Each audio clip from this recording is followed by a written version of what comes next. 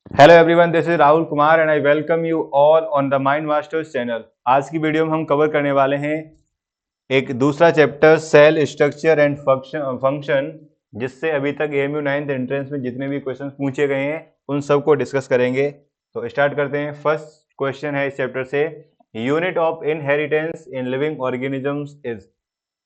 तो कह रहा है लिविंग ऑर्गेनिजम्स में जो करेक्टरिस्टिक्स आते हैं एक जनरेशन से दूसरी जनरेशन में, तो उसको हम क्या कहते हैं? Nucleus, chromosome, nucleolus, gene. तो gene is the correct answer. तो जीन है वो इनहेरिटेंस यानी कि क्वालिटीज को एक जनरेशन से दूसरे जनरेशन में लेकर के जाने में मदद करता है। तो करेक्ट आंसर इसका क्या हो जाएगा? जीन। क्या हो जाएगा करेक्ट आंसर इसका? जीन। नेक्स्ट क्वेश्चन है हमारा, nuclear membrane is absent in. जो न्यूक्लियर मेम्ब्रेन होती है वो एब्सेंट होती है। Blue green algae cell, animal cell, plant cell and human cheek cell. तो इसका करेक्ट आंसर हो जाएगा ब्लू ग्रीन एल्गी सेल, यानी कि ऑप्शन ए। इनके अंदर न्यूक्लियर मेम्ब्रेन नहीं होती है। तीसरा है, जीन्स आर लोकेटेड इन। जो जीन्स होते हैं वो कहां पर प्रेजेंट होते हैं? Plastids, cytoplasm, lysosome. Correct answer क्या हो जाएगा इसका? क्रोमोजोम्स। क्रोमोजोम्स के ऊपर प्रेजेंट होते हैं कौन? जीन्स, जिनका काम होता है ट्रेट्स यानी कि क्वालिटीज को या कैरेक्टरिस्टिक्स को इनहेरिट करना पेरेंट्स से चिल्ड्रंस या उनकी सिबलिंग्स में। Read the following statement carefully. Amoeba is a unicellular organism. A white blood cell यानी कि WBC can change its shape. कह रहा है इनमें से कौन सा सही है? तो दोनों ही स्टेटमेंट बिल्कुल सही हैं, इसीलिए आपका इसका आंसर हो जाएगा बोथ ए एंड बी। जो अमीबा होता है वो यूनिसेल्युलर यानी कि एक सेल से मिलकर के बना है, और जो WBC है वो अपनी शेप को चेंज कर सकती है। तो दोनों ही स्टेटमेंट सही हैं, इसीलिए ऑप्शन सी हो जाएगा करेक्ट ऑप्शन। नेक्स्ट क्वेश्चन है हमारा, longest cell found in the body of animals is. जो ह्यूमन बींग्स हैं, एनिमल्स हैं, उनकी बॉडी में पाई जाने वाली सबसे लंबी सेल कौन सी है? Muscle cell, bone cell, nerve cell या फिर एग सेल। तो करेक्ट आंसर होगा इसका ऑप्शन बी, यानी कि nerve cell is the longest cell found in animals. कौन सी? Nerve cell. नेक्स्ट है हमारा, the jelly like substance present between the cell membrane and the nucleus is called. Nuclear membrane या फिर सॉरी सेल मेम्ब्रेन और nucleus के बीच में जो जेली लाइक सब्सटेंस फिल्ड रहता है उसको हम किस नाम से जानते हैं?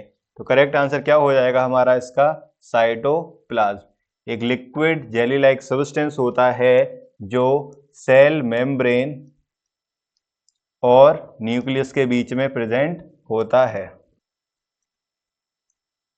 सेल मेम्ब्रेन एंड न्यूक्लियस के बीच में प्रेजेंट रहता है। नेक्स्ट क्वेश्चन है हमारा, which of the following cell does not possess nuclear membrane. इनमें से कौन सी सेल के पास न्यूक्लियर मेम्ब्रेन नहीं होती है? Question again repeated. इसका करेक्ट आंसर क्या हो जाएगा? Blue green algae. Next question है हमारा, the shape of smooth muscle cell is. इनमें से कौन सी स्मूथ मसल सेल की शेप होती है?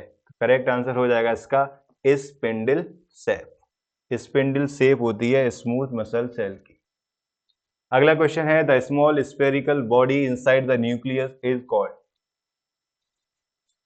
न्यूक्लियस के अंदर जो स्फेरिकल बॉडी प्रेजेंट रहती है उसको हम किस नाम से जानते हैं? न्यूक्लियोलस। किस नाम से जानते हैं? न्यूक्लियोलस। नेक्स्ट क्वेश्चन है, in eukaryotes all the space inside the cell membrane but outside the nucleus is the jelly like substance. तो करेक्ट आंसर क्या हो जाएगा इसका भी? Again cytoplasm. नेक्स्ट क्वेश्चन है हमारा, which cell organelle act as a control centre. इनमें से कौन सी सेल ऑर्गेनेल है जो एक कंट्रोल सेंटर के रूप पर या तौर पर काम करती है? तो करेक्ट आंसर होगा इसका हमारा न्यूक्लियस। क्या हो जाएगा? न्यूक्लियस। नेक्स्ट क्वेश्चन है हमारा, which of the following is a prokaryote. इनमें से कौन सा एक प्रोकैरियोट का एग्जाम्पल है? तो आपकी सेल के दो टाइप्स होते हैं, सेल को दो टाइप्स में डिवाइड किया गया है। पहला है आपका यूकैरियोट्स और दूसरा है आपका प्रोकैरियोट्स। यूकैरियोट्स और प्रोकैरियोट्स। तो यूकैरियोट्स और प्रोकैरियोट्स में डिफरेंस क्या है? वो होता है न्यूक्लियस की प्रेजेंस। तो इनके जो ऑप्शंस हैं उनके अकॉर्डिंग जो प्रोकैरियोट्स के एग्जाम्पल हैं वो हैं आपके जैसे कि आपका बैक्टीरिया हुआ, या फिर आपका ब्लू ग्रीन एल्गी। और बाकी न्यूक्लियस वाले जितने भी एनिमल सेल, प्लांट सेल। तो करेक्ट आंसर इसका क्वेश्चन का क्या हो जाएगा आपका? इसका करेक्ट आंसर हो जाएगा आपका blue green algae. Correct answer हो जाएगा। Plastids are found in. जो प्लास्टिड्स होती हैं वो कहाँ पर पाई जाती हैं? Plant cell, animal cell, both, या फिर नन ऑफ दीज। प्लास्टिड्स का काम होता है कलरिंग पिगमेंट्स प्रोड्यूस करना। तो इसका जो रोल है वो ज़्यादातर किस में है? प्लांट्स में, और इसीलिए ये केवल प्लांट सेल में ही पाई जाती हैं। तो करेक्ट आंसर हो जाएगा इसका हमारा प्लांट सेल ओनली। आप नोट करते रहिए और कोई डाउट हो क्वेश्चन का तो कमेंट में पूछ सकते हैं।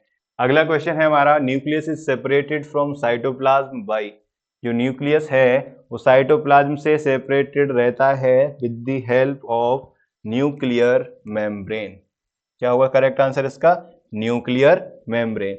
और ये सेल का स्ट्रक्चर है, आप ये सोच लीजिए, यहाँ पे जो बीच में सेंटर है उसको हम बोलते हैं न्यूक्लियस। बाहर जो लिक्विड सब्सटेंस फिल्ड है उसको क्या, किस नाम से जानते हैं हम? साइटोप्लाज्म। और इनके बीच की जो मेम्ब्रेन है वो क्या होती है? Nuclear membrane. यानी ये होगी हमारी सेल वॉल अगर प्लांट्स हैं तो, otherwise cell membrane. Cell wall या फिर सेल मेम्ब्रेन। वहीं पर बात करें, ये जो सबस्टेंस है जेली लाइक, वो क्या है हमारा? साइटोप्लाज्म। और ये क्या है हमारा? न्यूक्लियस। इसके अंदर भी एक और सेंटर रहता है, लिक्विड रहता है, न्यूक्लियोलस जिसे बोलते हैं। इनकी बीच की जो मेम्ब्रेन है इसको न्यूक्लियर मेम्ब्रेन। तो नेक्स्ट क्वेश्चन है हमारा, in human beings the estimated number of cells to be about. जो ह्यूमन बींग्स होते हैं उनके अंदर कितनी सेल्स प्रेजेंट होती हैं? अप्रोक्सीमेट करेक्ट आंसर है हमारा इसका 10 raised to the power 14 is the correct answer. अगला क्वेश्चन है, which of the following is non living part of the cell. इनमें से कौन सा पार्ट नॉन लिविंग होता है? तो इसका करेक्ट आंसर क्या होगा आपका? इसका करेक्ट आंसर हो जाएगा आपका ग्रेन्यूल्स। जो ग्रेन्यूल्स होते हैं वो कैसे होते हैं? Non living. कैसे होते हैं वो? Non living. नेक्स्ट क्वेश्चन है हमारा, प्रोप्लास्टिड्स आर फाउंड इन। जो प्रोप्लास्टिड्स होते हैं वो कहाँ पर पाए जाते हैं? तो अभी बताया था इन प्लांट सेल्स ओनली। तो करेक्ट आंसर हो जाएगा हमारा ऑप्शन ए। अगला क्वेश्चन है, the cell in human body that changes its shape. सबसे पहले बताया था WBC होती है वो शेप अपनी चेंज कर सकती है, इसलिए करेक्ट आंसर हो जाएगा इसका WBC यानी कि वाइट ब्लड सेल्स। RBC की बात करें इसकी फुल फॉर्म है रेड ब्लड सेल्स। अगला क्वेश्चन है which component of the cell is responsible for the inheritance of the organisms characteristics. तो यहाँ पर जीन नहीं है, लेकिन जीन कहाँ प्रेजेंट होता है? क्रोमोसोम के अंदर। तो ये हमारा क्या हो जाएगा? Correct option. और कौन होता है रिस्पॉन्सिबल उसके लिए? Jeans. These are the carriers of traits from father to children. अगला क्वेश्चन है the cell membrane, the cytoplasm and the nucleus are included in. Cell membrane, cytoplasm और जो न्यूक्लियस है वो तीनों कहाँ पर इंक्लूडेड होते हैं? तो करेक्ट ऑप्शन हो जाएगा इसका हमारा प्रोटोप्लाज्म। और इसको हम living part of the cell के नाम से भी जानते हैं।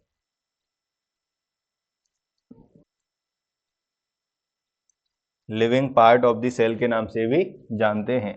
नेक्स्ट क्वेश्चन है is called the power house of the cell.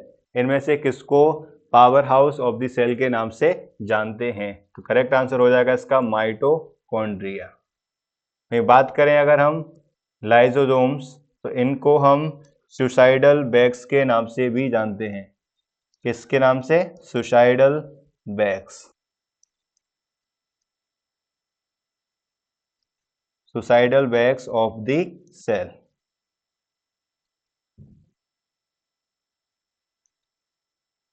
वहीं बात करें राइबोसोम्स, इसको हम protein factory of the cell के नाम से भी जानते हैं। Protein factory of the cell. It is also known as control centre. इसको क्या बोलते हैं हम? Control centre.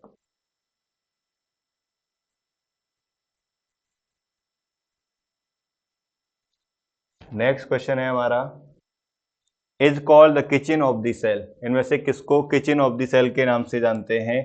करेक्ट आंसर हो जाएगा इसका डी, यानी कि chloroplast is known as kitchen of the cell. Kitchen of the cell. बाकी याद रखना एक ग्रीन कलर का पिगमेंट होता है क्लोरोफिल, जो लीव्स के अंदर प्रेजेंट रहता है, जिसकी वजह से जो लीव्स का कलर है वो कैसा रहता है? ग्रीन। क्या नाम है उसका? Chlorophyll. Chlorophyll gives green colour. कैसा कलर? Green colour. अगला क्वेश्चन है is the structural and functional unit of the light. Chapter का जो नाम है वही है कि cell is the structural and functional unit of life. Next question है it is the control unit of the cell. इनमें से किसको हम कंट्रोल यूनिट के नाम से जानते हैं? अभी बताया था, nucleus is known as control centre of the cell. मैं बात करते हैं नेक्स्ट क्वेश्चन है हमारा the cell organelle which is known as the site for protein synthesis, यानी कि प्रोटीन फैक्ट्री जिसको हम कहते हैं। क्या है इसका correct answer? Ribosomes. Next question है हमारा which of the following is called power house of the cell. इनमें से किसको power house of the cell के नाम से जानते हैं? तो लाइसोसोम्स है हमारे, इसको हम क्या कहते हैं? अभी बताया था suicidal bags of the cell. Ribosomes protein factory of the cell. वहीं बात करें अगर हम क्रोमोसोम्स, इनका काम होता है इनहेरिटेंस। Inheritance of characteristics. वहीं बात करें माइटोकॉन्ड्रिया, इसको हम power house of the cell के नाम से जानते हैं। नेक्स्ट क्वेश्चन है हमारा सेलेक्ट द फास्ट स्टेटमेंट। इनमें से कौन सा स्टेटमेंट गलत है? तो चारों पढ़ते हैं पहले। Ostrich egg, ostrich egg is 10 millimetre in diameter, बिल्कुल गलत। तो पहला ही हो जाएगा, लेकिन बाकी तीन को भी पढ़ लेते हैं। All cells are bounded by plasma membrane, correct. Most of the plant cells have larger vacuoles as compare to animal cells. अगला है the green plastids in the plants are called chloroplast. एक ही क्वेश्चन इसमें option गलत है, वो है ostrich egg is 10 millimetre in diameter. Correct answer इसका क्या होगा? इसमें होना चाहिए था इसका जो डायमीटर है, साइज है, वो 170 मिलीमीटर बाई 130 मिलीमीटर। इसके लिए ऑप्शन ए जो है वो गलत है, हमें गलत ही सिलेक्ट करना था, तो ऑप्शन ए हमारा हो जाएगा करेक्ट आंसर। अगला क्वेश्चन है plants and animal cells differ, which of the following cell organelle is not present in both. इनमें से कौन सी सेल ऑर्गेनेल दोनों में प्रेजेंट नहीं होती है। माइटोकॉन्ड्रिया दोनों में प्रेजेंट होती है, वैक्यूल्स वी, न्यूक्लियस वी, but plastids is present only in plants. तो करेक्ट आंसर हो जाएगा हमारा प्लांट्स वाले का प्लास्टिड्स, यानी कि ये तीनों हैं दोनों के अंदर, लेकिन प्लास्टिड्स नहीं होती है। हमको यही वाला क्वेश्चन सिलेक्ट करना था कि इनमें से कौन सा ऑप्शन है जो दोनों में प्रेजेंट नहीं, एक ही में होता है। तो इसलिए हमारे जो आखिरी है यही क्वेश्चन था आखिरी। बाकी आपको कोई भी क्वेश्चन में डाउट हो तो कमेंट सेक्शन में पूछ सकते हैं। And do like the video and subscribe the channel. Thank you.